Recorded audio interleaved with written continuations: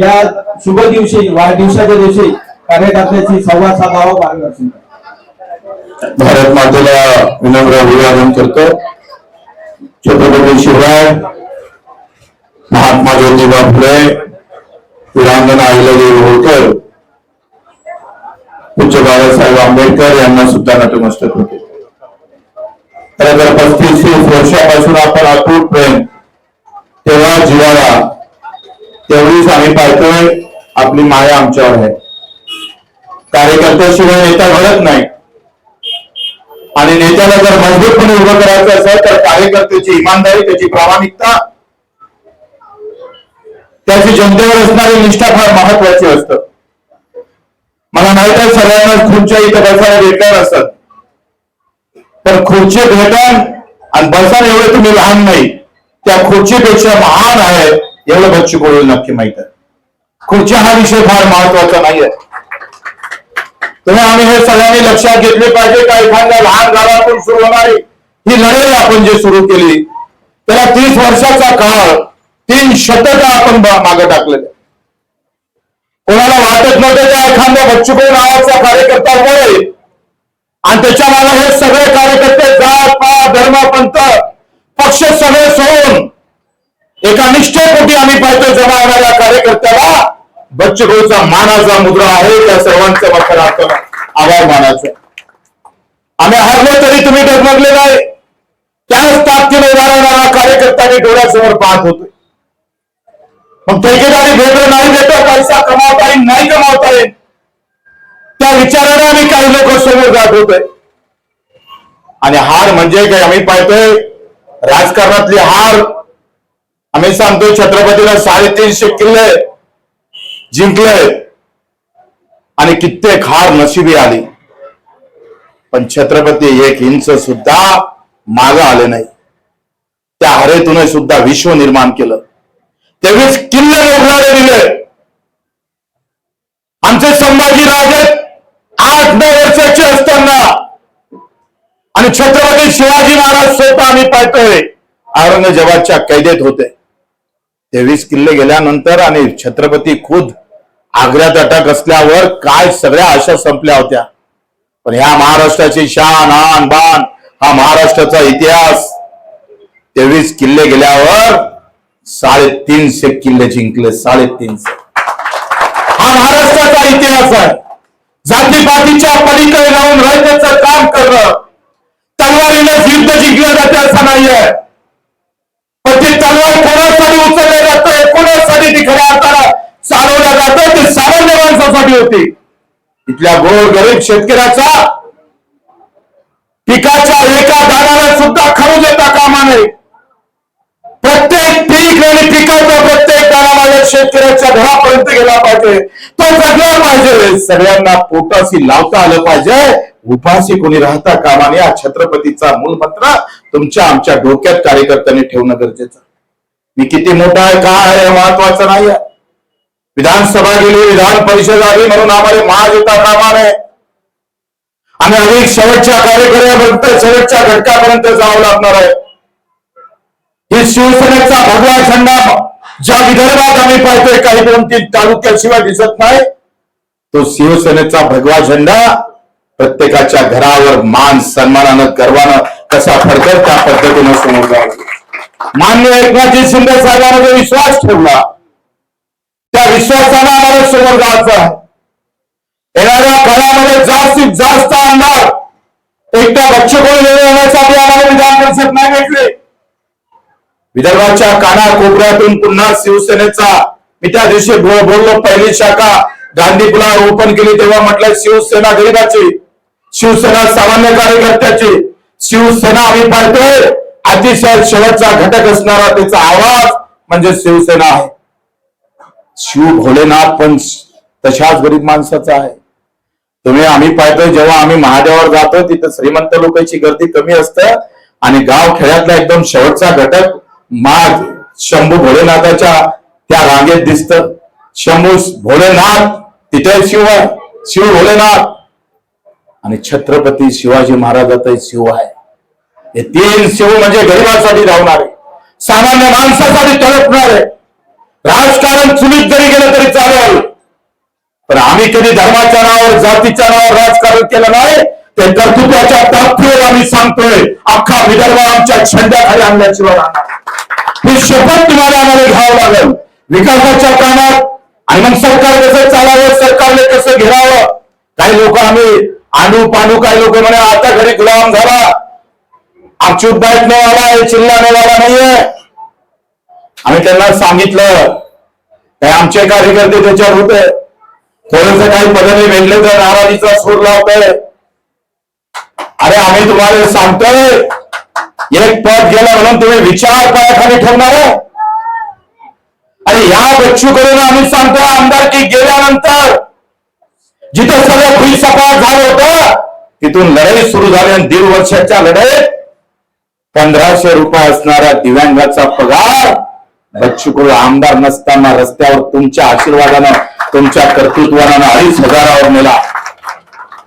काय भेटला असं म्हणणाऱ्या कार्यकर्त्याला त्याला ठासून सांगा, त्याच्या डोक्यातला भुसा काढा आणि त्याला सांगा काय हे भेटलं माझ्या दिव्यांगाने, जे पाय नाही, हात नाही, डोळे नाही.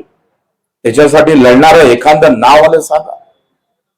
अरे ज्याच्या घरात 5-5 दिव्यांग आहे त्याचे वाक्य काय डॉक्टर साहेब विचारा, काय आलं असेल ते चालेल. मायचा चेहरा पाहिला आणि कायचा रंग असतो, हिरवा आहे, पिवळा आहे, पांढरा आहे माहित नाही, अशा दिव्यांगासाठी लढणारा मायकेलाल कुठं दिसला आम्हाला. आणि मग ही लढाई जी आम्ही लढाई सुरू केली, कदाचित आम्ही शांत बसून चांगला मलिदा खाता आला असता.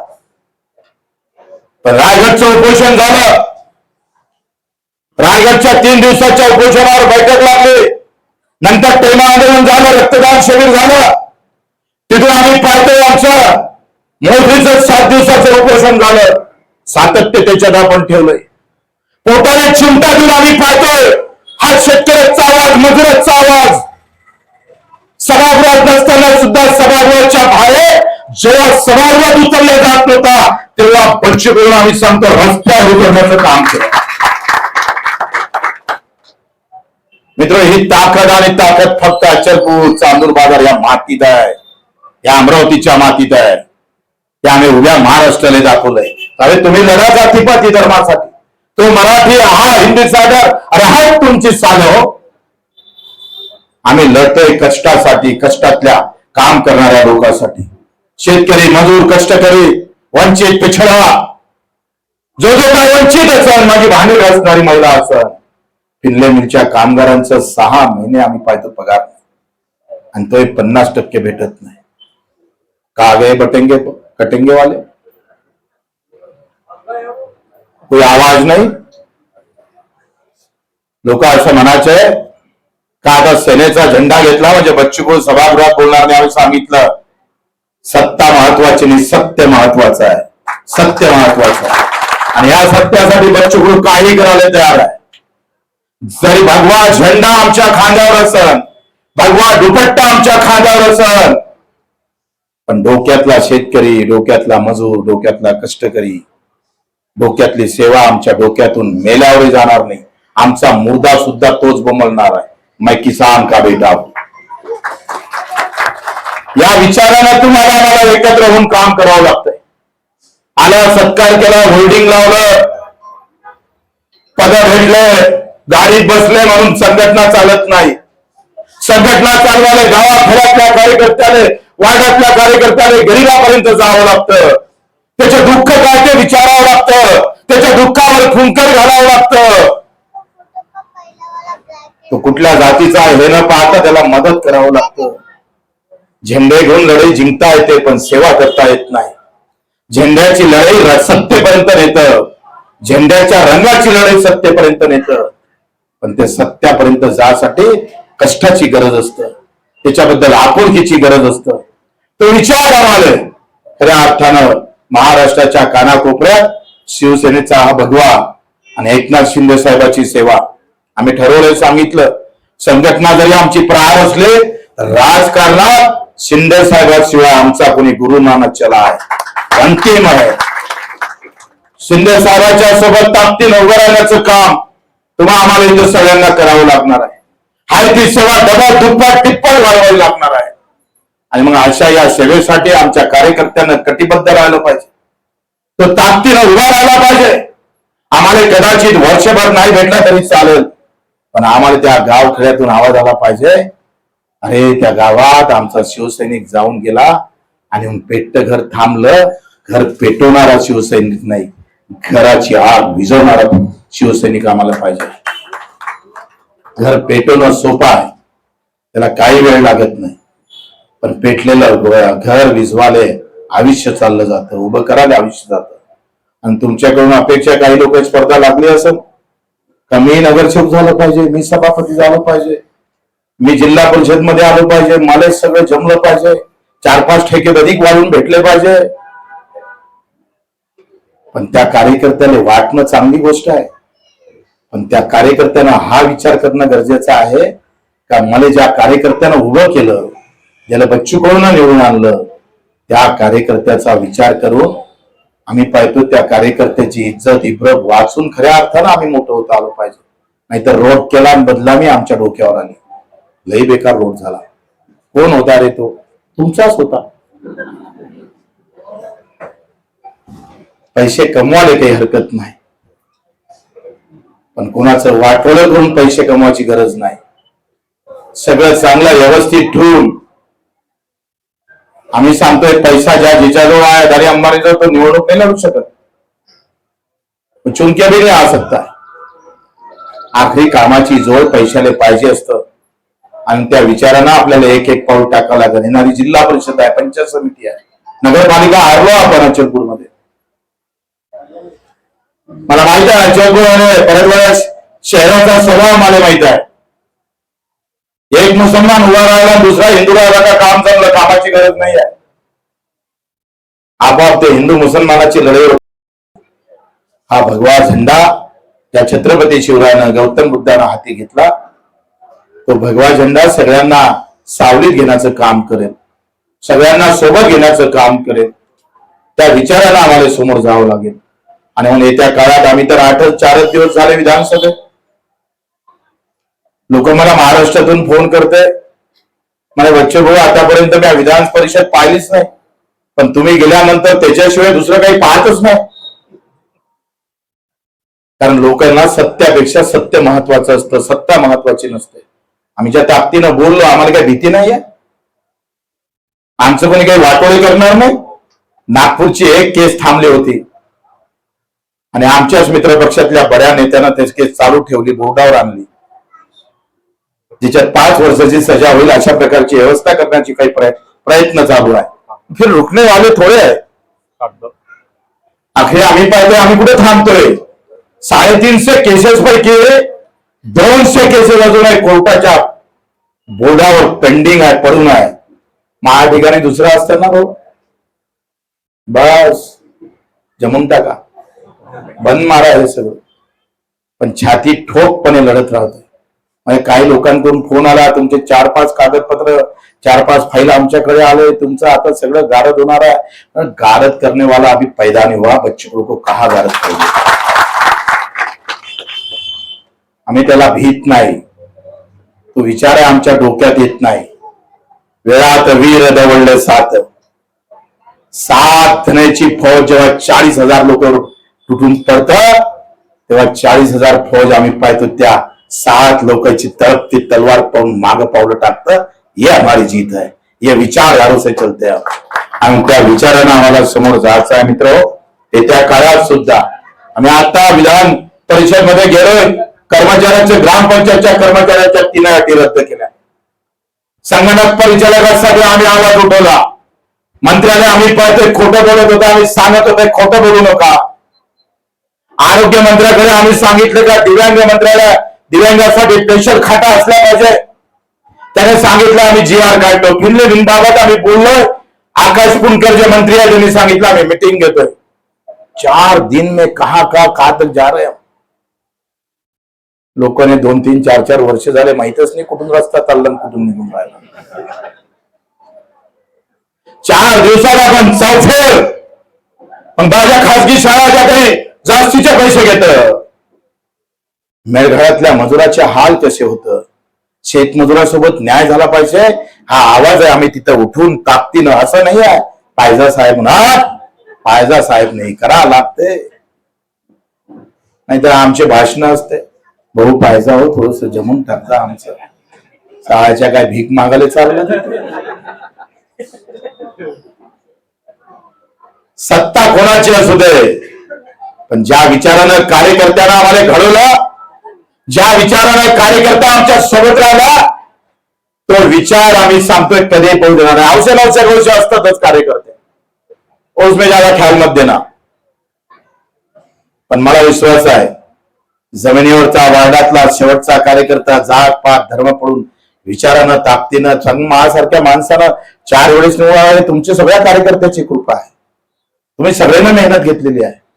नाही तर जमते काय ते बाबा, बगर पक्षाचं, बगर जातीचं, बगर धर्माचं, बगर झेंड्याचं तुम्ही आम्ही सगळ्यांना प्रयत्न केले आणि 20 वर्ष या मतदारसंघातल्या लोकांना मला निवडून दिलं हे काही कमी नाही आहे. अब गिर गया तो हम थोड़े नाराज थे लेकिन नाराजी कायम रहने वाली नाही. त्या अचलपूरचं नाव महाराष्ट्राच्या नाही तर देशाच्या आम्ही पाहतो टोका टोकापर्यंत नेण्याचं काम आम्ही करू. अतिशय चांगल्या पद्धतीनं काम पुन्हा आपण सुरू करणार आहोत. मला हे जावं लागतं आपल्या सर्वांचं खास करून तुम्ही ज्या प्रेमानं आवडीनं इथं आलात, त्या विचारानं इथं आलात त्याबद्दल आपल्या सर्व कार्यकर्त्याचं, काही लोकांना उभं राहावं लागलं असेल, काही लोक तिकडेच उभे राहिले असेल. तुम कहाँ खड़े हैं कहाँ बैठे इससे ज्यादा मतलब नहीं होता, तुम किस विचारधारा से बैठे हैं ये बहुत महत्वपूर्ण होता है. आणि तुम्ही ज्या विचारानं इथं आमच्या सोबत आहात मित्र हो, जवळचा परका दूरचा मोठा आणि लहान हे आमच्या डोक्यात कधीच येत नाही. जे जे काय ते सगळे आपले म्हणून आपल्याला काम करावं लागेल, मेहनतीनं काम करावं लागेल. गट वाढला, संघटना वाढली, ताकद वाढली तर गट पडतात. गट पडण्यात जिथं पडत असेल तिथंच ते ठेचावं लागेल, त्याला थांबवा सुद्धा लागेल. कारण आपल्यावर फक्त अचलपूरची जबाबदारी शिंदे साहेबांना दिलेली आहे, आपल्यावर पूर्ण विदर्भातली जबाबदारी दिलेली आहे. मला आमदारकी दिली आणि विदर्भाचं प्रमुख पण केलं. आज साधी गोष्ट नाही आहे आणि त्या विश्वासानं आम्हाला तुम्ही आम्ही सगळे विसरून ही विदर्भात आम्ही पाहतोय शिवसेनेची खऱ्या अर्थानं मूठ मजबूत करायची आहे. आपण त्याच्यासाठी सगळेजण माझ्या सोबत ताकदीनं उभे राहणार अशी विनंती करतोय, अपेक्षा करतोय. आपल्या सर्वांचं ज्यांना गुच्छ भेटले नाही अजून 4 कार्यक्रम तिकडे आहे आणि म्हणून आपण नेहमी भेटतच राहतो. पुढच्या वर्षी मी हा विचार केला का एकाच ठिकाणी कार्यक्रम घ्यायचा, दिवसभर एकाच ठिकाणी बसलं राहायचं, म्हणजे लोकांना थोडा भेटीगाठी होते, सगळ्यांचा चर्चा होतं आणि एका ठिकाणी घेऊन घेतलं म्हणजे बऱ्यापैकी ते सगळ्यांच्या भेटी होते. सगळे झाले. राजेंद्र भाऊ गोरल्या, मनोज नंदवंशी सोबत तर प्रहार लढली एकत्र, पण तरी ते नाराज झाले नाही. आखरी ही महत्वाच्या भूमिका सगळ्याच्या असतात. वल्लभभाऊ असेल, प्रवीणजी असेल, संजय भाऊ, सतीशजी व्यास असेल, आमचे काळे असेल, हागे असेल, शिवा असेल, प्रशांत गिशांत सगळे कोणाकोणाच्या आसपास दिसायला लहान आहे पण भलता कारकून आहे. आणि सगळ्यांचा आभार, सगळ्यांना धन्यवाद. जय हिंद महाराष्ट्र.